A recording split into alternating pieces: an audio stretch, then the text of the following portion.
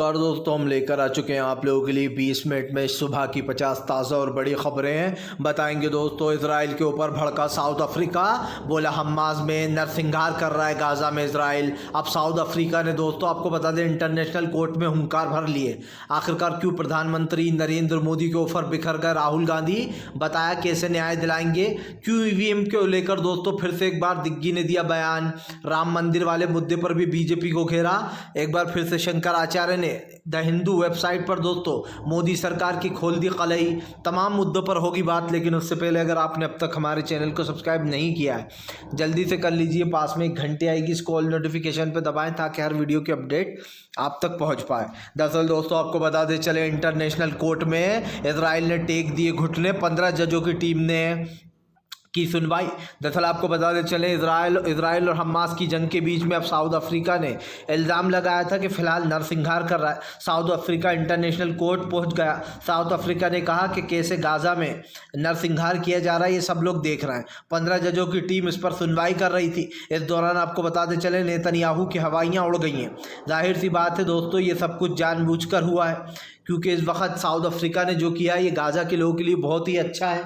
जाहिर सी बात है इस वक्त गाज़ा में दोस्तों नरसंहार चल रहा है। इजराइल एक के बाद एक मासूम गाज़ा के लोगों को मार रहा है। यही कारण है जो 15 जजों की एक टीम ने इंटरनेशनल कोर्ट में इसकी सुनवाई की और फटकार भी लगाई है। आपको बता दें चले दोस्तों, प्राण प्रतिष्ठा के दिन ही शंकराचार्य ने खोल दिया मोर्चा। कहा बीजेपी को इसकी ज़रूरत है कि वह अधूरे मंदिर का उद्घाटन कर दे, हमें कोई ज़रूरत नहीं कि हम वहाँ पर जाएँ। उन्होंने कहा कि बीजेपी सिर्फ राजनीतिक फायदे के लिए पार्टियां अपना ये उद्घाटन वगैरह कर रही हैं। शंकराचार्य और तमाम शंकराचार्य दोस्तों जो खास करके मेन शंकराचार्य हैं, उन लोगों ने सबने जाने से इनकार कर दिया। उन्होंने कहा कि ये हिंदू धर्म का अपमान हो रहा है, मूर्ति के बिना उस पूजा करे अर्चना करे उसका उद्घाटन किया जा रहा है। उन्होंने कहा कि फ़िलहाल जानबूझकर मंदिर के समय से पहले इसका उद्घाटन इसलिए किया जा रहा है ताकि लोकसभा के चुनाव में इसका फ़ायदा मिल सके। उन्होंने साफ कहा कि फ़िलहाल जो राजनीतिक पार्टियाँ हैं उनकी मजबूरी है राम मंदिर का उद्घाटन करना, लेकिन हमारी कोई मजबूरी नहीं है। जब तक मंदिर पूरा नहीं होगा तब तक हम नहीं जाने वाले। इससे साफ दिखाई दे रहा है दोस्तों कि तमाम लोगों ने मोर्चा खोल रखा और ये साफ कर दिया कि फ़िलहाल हम तो किसी भी हाल में नहीं जाना चाहते। आपको बता दें चले दोस्तों, इजराइल हमास की लड़ाई के बीच में ईरान ने कर दिया खेल। ईरान ने रूस से दोस्तों कर ली है डील। रूस सिखाएगा दोस्तों आपको बता दें चले इजराइल को सबक। दरअसल आपको बता दें चले, ईरान के कहने पर लगातार दोस्तों रूस जो है वो मदद कर रहा है हमास के हथियारों से। यही कारण है जो अब इजराइल की मुश्किलें बढ़ती हुई नज़र आ रही हैं। आपको बता दें चले, हमास की मदद करने में रूस सबसे आगे है, लेकिन इजराइल जो है वो नहीं चाहता कि रूस के हथियार हमास के पास आए। पर हम आपको बताते चलें, हमास के पास इजराइल को जवाब देने के लिए रूस के कई हथियार हैं और ये सब कुछ वो ईरान के कहने पर कर रहा है। आपको बताते चले, यही नहीं, रूस ने दोस्तों वहाँ के कई लोगों को अपने यहाँ पर नौकरी दे दी है और अब तक रूस ने 1158 लोगों को अपने देश में पनाह दी है। यानी कि रूस दोस्तों उनके लिए एक मसीहा बन गया है, खास करके गाज़ा के लोगों के लिए। गाज़ा के 1158 लोगों को अपने देश में पनाह दी है और उसमें से 30 लोगों को रोज़गार भी दिया है। ये बड़ा आंकड़ा निकलकर सामने आया है। आपको बताते चले दोस्तों, कांग्रेस ने बीजेपी के खिलाफ खोला मोर्चा। बोले बीजेपी राम मंदिर पर सियासत कर रही है, हमें राम मंदिर पे जाने को न्योता नहीं चाहिए, जब हमारा मन करेगा हम तब जाएंगे। दरअसल दोस्तों पवन खेड़ा ने ईवीएम से लेकर तो राम मंदिर तक पर बीजेपी पर कई सवाल उठा दिए, जो सवाल सोशल मीडिया पर घूम रहे हैं। आपको बताते चले, पवन खेड़ा ने कहा कि बीजेपी कहती है कि राम मंदिर के लिए हम आपको बुलाते हैं, लेकिन जब भगवान श्री राम के पास जाना होगा तो हमें किसी के न्योते की ज़रूरत नहीं है। उन्होंने कहा कि बीजेपी जानबूझकर इस पर राजनीतियां कर रही है। यही नहीं दोस्तों, लगभग ये बहुत दिनों से, आज से 5-6 दिनों से मुद्दा काफ़ी गर्म हो गया है और इस पर सियासत भी ज़ोरदार हो रही है। इसी को लेकर पवन खेड़ा ने कहा कि फ़िलहाल जो हिंदू हैं वो अपने मन से मंदिर जाएंगे, गुरुद्वारे जाएंगे, मस्जिद जाएंगे, जहाँ जिसका मन करेगा वो अपनी मर्जी से जाता है धर्म स्थलों पर। किसी के बुलावे पर और किसी के न्योते की ज़रूरत नहीं है। ये बात तो सही है दोस्तों कि ये राजनीति के लिए भैया सबको न्योता दिया जा रहा है, आप आओ। और न्योता बांट कौन रहा है? बीजेपी बांट रही है। जैसे मानो मंदिर की जगह बीजेपी की है और मंदिर बीजेपी ने बनवा दिया हो। भाई मंदिर जनता के पैसों से बना है और जो ज़मीन है वो सरकारी ज़मीन है, फैसला सुप्रीम कोर्ट ने सुनाया। तो वो कहते हैं ना दोस्तों, मैंने कहा तू कौन, मैंने कहा खामोखा। बस ये वही वाली की सिचुएशन हो गई है कि बीजेपी का कुछ लेना देना मंदिर से नहीं है। जब भी वो जानबूझकर ये बताने की कोशिश कर रही है कि हमने मंदिर बनवाया ताकि दोस्तों लोग उसको वोट दे, ये राजनीति चल रही है पूरी। आपको बताते चले दोस्तों, लाइव कॉन्फ्रेंस के दौरान अखिलेश यादव ने बीजेपी को जमकर लताड़ा। अखिलेश बोले उत्तर प्रदेश की जनता बीजेपी को भाप चुकी है, इस बार उत्तर प्रदेश में लोकसभा में बीजेपी को एक भी सीट नहीं मिलने वाली। दरअसल आपको बताते चले दोस्तों, लोकसभा चुनाव को लेकर जमकर गरजते हुए नजर आ रहे हैं अखिलेश यादव। अखिलेश यादव ने बीजेपी के ऊपर हमला बोलते हुए कहा कि बीजेपी जानबूझकर धर्म के नाम पर राजनीति कर रही है। यही नहीं, अखिलेश यादव ने बीजेपी के ऊपर हमला बोलते हुए कहा कि बीजेपी की राजनीति से सब लोग वाकिफ़ हो चुके हैं। दरअसल दोस्तों साफ दिखाई दे रहा है कि बीजेपी राम मंदिर के नाम पर जो राजनीति कर रही है उसको लेकर कहीं ना कहीं देश में एक अलग तरीके का माहौल बन गया है। और इसी को लेकर अखिलेश यादव ने कहा कि फ़िलहाल मंदिर मस्जिद हिंदू मुसलमान बीजेपी का यही काम है। उन्होंने कहा बीजेपी की राजनीति यहीं से शुरू होती है और यहीं पर ख़त्म हो जाती है। अखिलेश यादव ने कहा इस बार लोकसभा में बीजेपी को एक भी सीट नहीं मिलने वाली। उन्होंने कहा बीजेपी ने जनता का विश्वास तोड़ा है। आपको बताते चले दोस्तों, हमास इजराइल की जंग के बीच में इजराइल के दोस्तों फिर से एक बार उड़ा दिए परखच्चे। जी हाँ, हिजबुल्ला ने फिर से दागी मिसाइलें। दरअसल आपको बताते चले दोस्तों, हिजबुल्ला ने एक बार फिर से इजराइल के परखच्चे उड़ा दिए। हमास और इजराइल ने दोस्तों मिलकर कई मिसाइलें छोड़ डाली हैं। आपको बताते चले हमास इजराइल की इस जंग के बीच में हिजबुल्ला ने फिर से अपना रौद्र रूप दिखाया है और हिजबुल्ला ने दोस्तों पूरी तरीके से इजराइल को घेर लिया है। आपको बताते चले हिजबुल्ला के अटैकों से इजराइल बहुत परेशान आ चुका है। इजराइल को लग रहा है कि हिजबुल्ला जो भी अटैक कर रहा है दोस्तों वो उसके लिए काफ़ी ख़तरनाक है। सवाल सिर्फ ये नहीं है दोस्तों, हिजबुल्ला और इजराइल की इस लड़ाई के बीच में पूरी तरीके से बौखला रहा है इजराइल, क्योंकि जाहिर सी बात है हिजबुल्ला के अटैकों का उसके पास कोई जवाब नहीं है। और सबसे बड़ी बात ये है दोस्तों कि इस वक्त हमास जो जवाब दे रहा है उस जवाबों के बीच ख़ास करके हिजबुल्ला के भी जवाब आ रहा है, जिसको लेकर परेशान हो गया है नेतन्याहू। आपको बताते चले दोस्तों, प्रधानमंत्री नरेंद्र मोदी के खिलाफ ममता बनर्जी ने खोला मोर्चा। दरअसल आपको बताते चले ममता बनर्जी ने कहा कि वो वन नेशन वन इलेक्शन को सपोर्ट नहीं करती। दोस्तों आप समझिए, ईवीएम को लेकर ही मुद्दा उठ रहा है और ये चुनाव जो कराए जाते हैं अलग अलग, इसमें ही ये खबरें आती हैं कि यहाँ गड़बड़ हो गई, वहाँ गड़बड़ हो गई, यहाँ वोट चोरी हो रहा है। तो अब आप समझिए दोस्तों, BJP one nation one election लाने की फिराक में है, लेकिन दोस्तों वन नेशन वन इलेक्शन लाना बच्चों का काम नहीं है। जाहिर सी बात है, ममता बनर्जी ने कहा कि जिन राज्यों के चुनाव पहले ही हो चुके हैं, जहाँ पर राज्यों को पहले चुनाव होते कहीं पर बाद में होता है किसी राज्य में अलग, तो उन्होंने कहा उन राज्यों को साथ लाना नामुमकिन है। और एक समय पर चुनाव कराने के उन्होंने कहा कि मैं पक्ष में नहीं हूँ। एक बार उन्होंने कहा कि 1992 में ऐसा हुआ था, 2-3 बार ऐसा हुआ कि सारे चुनाव एक साथ हुए, उसके बाद ये प्रथा अपने आप ही ख़त्म हो गई। उन्होंने कहा कि मैं वन नेशन वन इलेक्शन का सपोर्ट नहीं करती और मुझे भी ऐसा लगता है दोस्तों कि अभी इतनी गड़बड़ियाँ होती हैं वन नेशन वन इलेक्शन में, तो बीजेपी पता नहीं क्या ही करेगी। आपको बताते चले दोस्तों, एक बार फिर से जो है यहाँ पर आम आदमी पार्टी हुई बीजेपी के ऊपर हमलावर। केजरीवाल बोले मासूम लोगों की झुग्गियाँ तोड़कर बीजेपी उनको दोस्तों कहीं या तो दूर पटक रही है ले जाकर बहुत लंबी जगहों पर, या फिर दोस्तों उनकी झुग्गियाँ तोड़कर उन्हें घर ही नहीं दिए जा रहा है। दरअसल आपको बताते चले दोस्तों, चुनाव से पहले बीजेपी कहती है जहाँ झुग्गी वहीं मकान, जहाँ झुग्गी वहीं मकान, और दोस्तों चुनाव के बाद बीजेपी कहती है कि भैया हमें झुग्गियाँ पसंद नहीं है, हम तो झुग्गियाँ छोड़ेंगे। ये आम आदमी पार्टी कह रही है। आम आदमी पार्टी ने आरोप लगाया कि बीजेपी मासूम लोगों की झुग्गियाँ तोड़कर उनको बर्बाद करने में लग गई है। और दोस्तों आपको बता दें, उनको या तो बहुत दूर ले जाकर पटक दिया जा रहा है, जैसे कि 30 किलोमीटर, 11 किलोमीटर, 20 किलोमीटर, या फिर दोस्तों उनकी झुग्गियाँ तोड़कर उनको भगाया जा रहा है।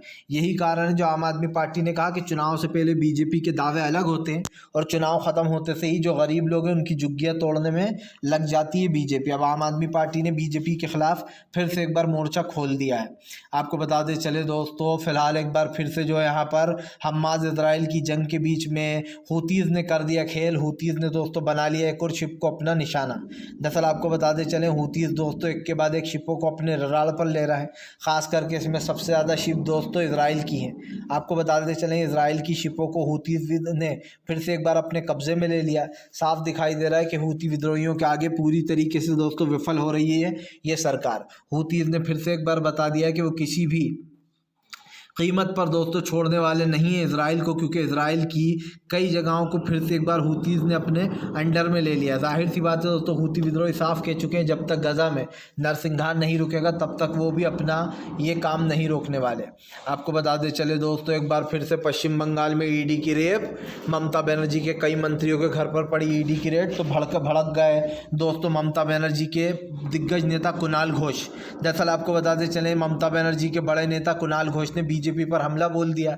उनका कहना है जैसे ही चुनाव करीब आता है बीजेपी की ईडी और सीबीआई की कार्रवाई शुरू हो जाती है। यही नहीं, उन्होंने शुभेंदु अधिकारी को घेरते हुए कहा कि जो कह रहा है कि ममता की पार्टी चोर है वो खुद के ऊपर, दोस्तों आप समझिए, शुभेंदु अधिकारी के ऊपर ईडी का बहुत बड़ा केस है, लेकिन जिस दिन से वो बीजेपी में शामिल हुए उनके ऊपर की कार्रवाइयाँ और सारी चीज़ें बंद कर दी गई हैं, क्योंकि जाहिर सी बात है क्योंकि बीजेपी का थामन शुभेंदु अधिकारी ने थाम लिया है। इसी को लेकर दोस्तों उन्होंने जमकर भड़ास निकाली। उन्होंने कहा कि शुभेंदु अधिकारी तो खुद उसके ऊपर इतने बड़े बड़े आरोप हैं, लेकिन उसके घर पर ईडी की कार्रवाई नहीं हो रही। इसी को लेकर ममता बनर्जी ने जमकर भड़ास निकाली। ममता बनर्जी के बड़े दिग्गज नेता कुणाल घोष ने और साफ कह दिया कि फ़िलहाल उसको बचाया जा रहा है बीजेपी के कहने पर। आपको बता दें चले दोस्तों, फ़िलहाल कांग्रेस के दिग्गज नेता इमरान मसूद का बयान वायरल। बोले फ़िलहाल हम राम के वंशज हैं, हमें राम मंदिर जाने के लिए किसी की इजाज़त की ज़रूरत नहीं है। दरअसल आपको बता दें चले दोस्तों, इमरान मसूद जो कि पहले बसपा में चले गए थे कांग्रेस छोड़कर, फिर समाजवादी पार्टी में चले गए थे, उसके बाद दोस्तों वापस वो कांग्रेस में आ चुके हैं। अब इमरान मसूद का एक बयान बहुत वायरल हो रहा है, जहां पर उन्होंने कहा है कि राम मंदिर जाने के लिए उन्हें किसी की ज़रूरत नहीं, हम राम के वंशज हैं। उन्होंने कहा कि फ़िलहाल जो हिंदू भाइयों के मन में आस्था है वही हमारे मन में भी है। यही नहीं, उन्होंने ये भी कहा कि फ़िलहाल बीजेपी सिर्फ इस पर राजनीति कर रही है, हमें जब भी मंदिर जाना है हम जा सकते हैं, किसी की इजाज़त की ज़रूरत लेने की हमें कोई ज़रूरत नहीं है। जाहिर सी बात है दोस्तों, इस पर राजनीति तो हो रही है और वो भी बड़े ही ज़ोरों से हो रही है। इसको लेकर इमरान मसूद ने जमकर बीजेपी को घेरा और बता दिया कि बीजेपी क्यों राम मंदिर के नाम पर लोगों को वोट मांगने में लग गई है। आपको बता दें दोस्तों, ईवीएम को लेकर फिर घिरी बीजेपी। ईवीएम वाले मुद्दे पर बीजेपी क्यों नहीं बोल रही, सोशल मीडिया पर छिड़ गई है जंग। दरअसल आपको बता दें, कुछ लोग ईवीएम के पक्ष में तो ज़्यादातर लोग ईवीएम के खिलाफ हो गए हैं। आपको बताते चले, ईवीएम एक देश का बड़ा मुद्दा बन चुका है, खास करके सोशल मीडिया पर हैशटैग ईवीएम हटाओ, हैशटैग जो है यहाँ पर दोस्तों देश का संविधान लोकतंत्र को बचाओ, इस तरीके का हैशटैग चलाया जा रहा है। आपको बताते चले, तमाम सोशल मीडिया पर ईवीएम को लेकर तरह तरह की बातें चल रही हैं। उधर दूसरी तरफ सरकार बार बार ईवीएम को लेकर दोस्तों चुप्पी साधे हुए है। यही नहीं, चुनाव आयोग से 3 बार कांग्रेस पत्र लिख चुकी है, लेकिन चुनाव आयोग ईवीएम पर कोई बात करना नहीं चाहता है। इससे लोगों का संदेह और बढ़ रहा है, लोगों के मन में और शक पैदा हो रहा है कि क्या वाकई में ईवीएम में इतने बड़े बड़े घोटाले होते हैं कि ईवीएम को हटाने में बीजेपी और चुनाव आयोग के पसीने छूट रहे हैं। और दोस्तों ये जनता के मन में आएगा, अगर चुनाव आयोग चाहता है कि जनता उन पर विश्वास करे और ये सोचे कि ऐसा कुछ नहीं है, तो दोस्तों चुनाव आयोग को तुरंत ईवीएम से ही भले ही चुनाव कराए, लेकिन वो जो पर्ची वाला सिस्टम कांग्रेस बता रही है कि पर्ची बाहर आना चाहिए, कम से कम उस सिस्टम को लागू कर देना चाहिए, ताकि लोगों को ये तो लगे दोस्तों कि हाँ वाकई में हम जिसको वोट दे रहे हैं उसी को वोट जा रहा है। और मुझे लगता है इसमें तो कोई प्रॉब्लम भी नहीं होना चाहिए, क्योंकि ईवीएम भी नहीं हटाना पड़ेगी और बाकायदा आपकी जो पर्ची है वो आप अपने हाथ से एक अलग बॉक्स में डाल सकते हो। ये सुविधा है और कम से कम लोगों का जो शक है वो दूर हो जाएगा इससे। लेकिन कहीं ना कहीं इस मुद्दे पर फेल होती हुई नज़र आ रहा है दोस्तों चुनाव आयोग भी और बीजेपी भी। आपको बताते चले दोस्तों, फिलहाल हमास और इजराइल की लड़ाई के बीच में ईरान ने दोस्तों कर दिया बड़ा खेल। जी हाँ, दरअसल आपको बताते चले, बताया जा रहा है ईरान दोस्तों बड़े हमले की तैयारी में, वो इजराइल के ऊपर एक ऐसा हमला करेगा जिसको इजराइल हमेशा याद रखेगा। आपको बताते चले, ईरान के 100 लोग मारे जाने के बाद ईरान गुस्से से आग बबूला है, और यही कारण है दोस्तों ईरान के अंदर मन में क्या चल रहा है ये इजराइल जानने की कोशिश कर रहा है। आपको याद होगा अभी कुछ दिन पहले ही ईरान ने जो है इजराइल की जासूस पकड़े हैं 34, और उन जासूसों को जेल भेज दिया है। लेकिन सवाल ये नहीं है दोस्तों, इजराइल ये जानने की कोशिश कर रहा है कि ईरान आगे करने क्या वाला है, क्योंकि जाहिर सी बात है उसको इस बात का डर तो है कि हमने जो करा है उसका बदला तो लेगा ज़रूर ईरान। और यही कारण है दोस्तों जो अब भारी उस पर ये खास करके जंग शुरू हो चुकी है, जहां पर ईरान और इजराइल दोस्तों आपस में भिड़ते हुए नज़र आ रहा है। आपको बताते चले दोस्तों, हिंदू वेबसाइट ने खोल दी मोदी सरकार की पोल। हिंदू वेबसाइट ने बताया कैसे मोदी हिंदू धर्म का कर रहे हैं अपमान। दरअसल आपको बताते चले दोस्तों, हिंदू वेबसाइट ने लिखा है, ये दुर्भाग्यपूर्ण है कि एक बार नरेंद्र मोदी अपनी राजनीतिक समूह डी के लिए आशीर्वाद प्राप्त करने आए थे शंकराचार्य के चरणों में। उन्होंने कहा कि देखे गए थे अब सनातन मूल्य और गरिमाओं को कमज़ोर करने के लिए धार्मिक भूमिका निभा रहे हैं। शंकराचार्य ने मोदी सरकार को दोहराया और राजनीतिक रूप से दिया गया, जब पूरा राम मंदिर बन जाएगा हम जब जाएंगे। उन्होंने कहा कि फ़िलहाल ये हिंदू धर्म का अपमान किया जा रहा है कि अधूरे मंदिर का उद्घाटन किया जा रहा है। यही नहीं, उन्होंने यहाँ पर मोदी सरकार की खुलकर बुराई भी करी और कहा कि फ़िलहाल जब सारे काम वही करेंगे तो फिर धर्मगुरु किस लिए बनाए गए, फिर वो क्या करेंगे। जाहिर सी बात है दोस्तों, जैसे आपने देखा होगा कि एक खास कर जो खाना पकाने का काम है वो खाना बनाने वाला करता है, जो सिलाई का काम है वो सीने वाला करता है, और ऐसे ही दोस्तों जो जिसका न्यूज़ का काम है वो न्यूज़ वाला करता है। लेकिन यहाँ पर तो बीजेपी सारे काम खुद ही कर लेना चाहती है। वो दोस्तों आप समझिए, पार्लियामेंट का उद्घाटन भी खुद करती है बीजेपी, राम मंदिर का उद्घाटन भी खुद कर रही है, जबकि राम मंदिर में इनका क्या है आप बताइए योगदान। इसको लेकर जमकर सियासत तेज हो चुकी है और अब द हिंदू वेबसाइट ने भी इनकी पोल खोल दी है, जो कि एक बड़ा झटका माना जा रहा है बीजेपी के लिए। आपको बता दें चले दोस्तों, नीतीश कुमार ने हर ली तमाम इंडिया गठबंधन की टेंशन। नीतीश कुमार ने दोस्तों सीट बंटवारे को लेकर सबकी सुलह करा दी और सब में सीटें बंटवा दी हैं। दरअसल दोस्तों अब कुछ ही जगह हैं जहाँ पर सीट बंटवारे को लेकर पेच चढ़ा हुआ है, बाकी ज़्यादातर जगह पर तो सीट बंटवारे हो चुके हैं और मान ली भी गई हैं ये बातें। बीजेपी को लग रहा था कि सीट बंटवारे के बाद दोस्तों इंडिया गठबंधन टूट जाएगा, जैसे ही सीट बंटवारे की बात आएगी और ये आपस में ही लड़ेंगे। लेकिन बीजेपी को यहाँ पर बड़ा झटका लगा, क्योंकि सीट बंटवारे को लेकर दोस्तों आप समझिए पूरी तरीके से एक जैसे ही रहे तमाम विपक्ष के नेता, और सीट बंटवारे पर सबकी बात भी बन गई। यही कारण दोस्तों नीतीश कुमार ने कहा कि बिल्कुल भी चिंता मत कीजिए, समय पे सब टाइम हो जाएगा। नीतीश कुमार का ये बयान अब वायरल भी हो रहा है, क्योंकि उन्होंने साफ कह दिया है कि फ़िलहाल बहुत जल्दी सब कुछ क्लियर हो जाएगा, मतलब कहाँ पर कितनी सीटें पर कौन लड़ रहा है, और बिल्कुल चिंता करने की कोई बात नहीं है, उन्होंने साफ साफ कह दिया है। आपको बताते चले दोस्तों, एक बार फिर से जो है यहाँ पर बीजेपी के ऊपर भड़कते हुए नजर आए संजय रावत। संजय रावत बोले बीजेपी प्रधानमंत्री नरेंद्र मोदी के दौरे शुरू हो जाते हैं जैसे ही दोस्तों इलेक्शन करीब होते हैं। दरअसल आपको बताते चले कल प्रधानमंत्री दोस्तों जो है महाराष्ट्र के दौरे पर थे। प्रधानमंत्री ने जो है यहाँ पर उद्घाटन भी किया दोस्तों एक हाईवे का। इसको लेकर संजय रावत ने जमकर मोदी सरकार को घेरा। संजय रावत ने कहा कि कितने आश्चर्य की बात है, जैसे ही चुनाव करीब आते हैं तो प्रधानमंत्री नरेंद्र मोदी निकल पड़ते हैं दोस्तों आप समझिए उद्घाटन करने जगह जगह, और यही कारण है कि प्रधानमंत्री के दौरे शुरू हो जाते हैं। लेकिन जैसे ही चुनाव ख़त्म हो जाता है तो दोस्तों ईडी भी गायब हो जाती है ज़्यादातर, और ख़ास कर जो प्रधानमंत्री के दौरे हैं भारत के वो भी ख़त्म हो जाते हैं। फिर प्रधानमंत्री विदेशों में जाते हैं दोस्तों दौरे करने। यही कारण है जो प्रधानमंत्री पर कई सवाल खड़े हो गए हैं। आपको बताते चले दोस्तों, फिलहाल एक बार फिर से राहुल गांधी की भारत जोड़ो न्याय यात्रा की शुरुआत से पहले बीजेपी में भगदड़।